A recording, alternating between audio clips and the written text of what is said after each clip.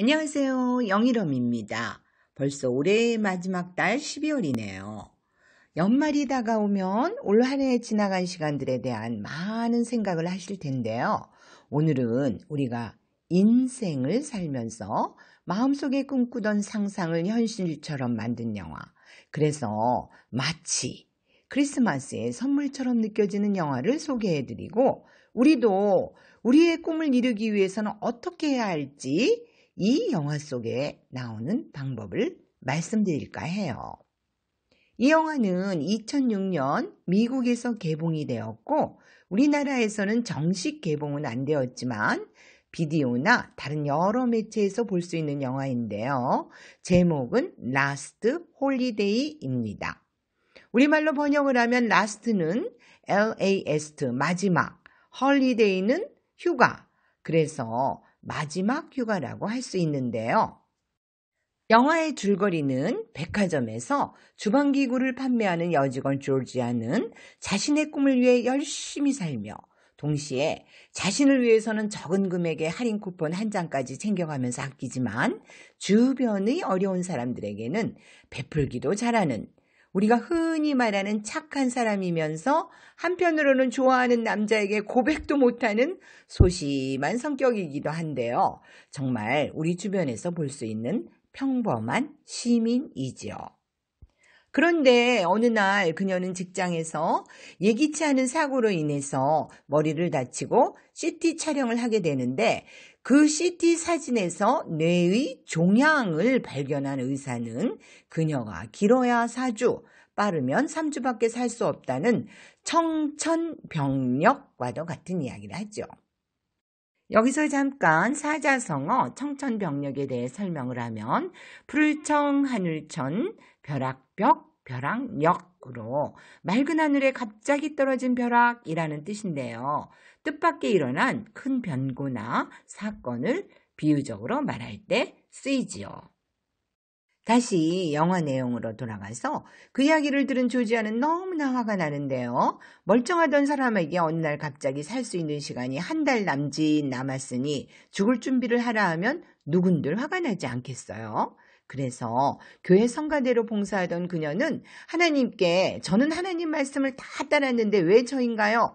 Why me? 하고 외치면서 교회를 뛰쳐나오고, 자신의 레스토랑을 갖기 위해 저축하였던 돈은 물론 노후를 위해 저축해 놓았던 연금에 어머니가 남겨주신 증권까지 다 현금으로 바꿔 죽기 전에 그녀가 꿈꾸었던 일들을 하기로 결심하지요. 그런데 자신의 꿈의 리스트를 보니 레스토랑을 차리는 건 어렵고 고백도 하지 못한 남자와 결혼을 하는 것도 어려우니 그녀가 할 수 있는 일로는 평소 너무나 만나보고 싶었던 디디에라는 유명한 요리사가 있는 유럽의 호텔로 가서 그 요리사를 만나는 마지막 휴가, 라스트 홀리데이를 하기로 결심을 하지요. 영화는 여기서부터 재미가 있어요.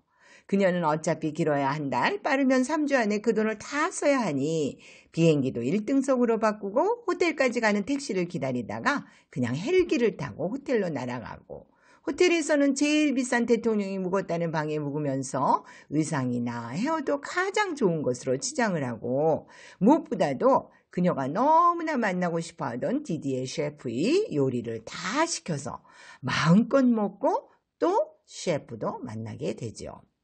거기에다가 어차피 죽을 것 용기를 내어 스키장에서 스케이트보드도 타고 무시무시하게 높은 곳에서 번지 점프도 하면서 소심하였던 그녀는 새로운 경험을 두려워하지 않게 되는데요. 그런데 한 달이 지나가는데도 그녀는 죽지를 않았어요. 이게 무슨 일인가요? 조지아는 하나님 말씀대로 열심히 살았던 자기에게 왜 그렇게 빨리 죽음을 주었냐고 화를 냈지만 하나님은 그녀를 버리신 게 아니었어요. 오히려 중언부언하지 않고 확실하고 구체적인 마음의 기도를 하는 그녀에게 깜짝 선물을 주시기 위해 계획을 세우셨던 거죠. 결국 그녀의 소원 목록 책에 있었던 소원들은 다 이루어지면서 영화는 마무리가 되는데요. 이 영화의 결말은 보는 사람의 관점에 따라서는 말도 안 되는 어처구니 없는 얘기라고 생각할 수도 있겠지만 실제로 영화를 보시면 영화 내용이 매우 설득력 있어서 그래, 그럴 수 있겠구나 하면서 고개를 끄덕이게 되지요. 자, 이제부터 엄마의 생각입니다. 이 영화는 배경으로 나오는 계절이 한겨울이라 크리스마스 시즌이 되면 생각나는 영화 중에 하나인데요. 제가 작년 연말에 올렸던 영화 34번가의 기적이라는 영화 리뷰에서 크리스마스에 깜짝 선물을 받으려면 어떻게 해야 하나 라는 질문에 대한 답으로 자신이 받고 싶은 선물에 대해서 구체적으로 제시하고 믿음으로 기다리라고 말씀을 드렸는데요. 이번에도 같은 맥락이라고 봐요. 영화를 보면 주인공 조지아는 자신의 꿈을 매우 구체적인 이미지로 만들어 가지고 있죠. 정말 이 점이 매우 중요하다고 봐요. 그녀는 자신이 하고 싶은 일들을 아주 구체적으로 뚜렷하게 이미지로 볼 수 있는 소원 목록 모음책, 영어로는 wish list book 또는 dream book이라고 할까요?